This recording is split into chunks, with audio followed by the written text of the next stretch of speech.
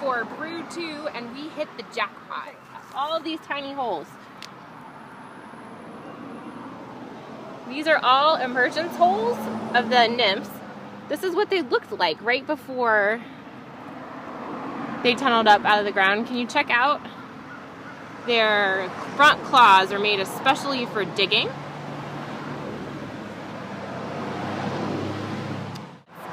Its brothers and sisters probably climbed up this tree.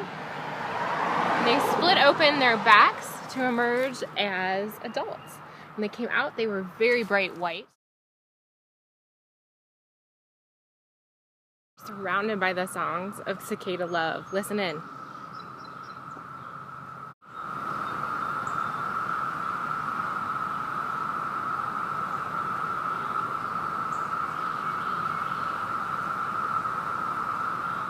Right here we have a cicada love connection.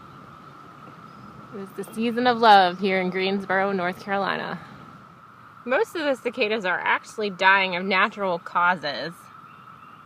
That's part of their strategy, is to come out all at once so they overwhelm the predators, things like birds and other animals. But when they do die, the good news is that they become food for ants and other organisms that live on the forest floor.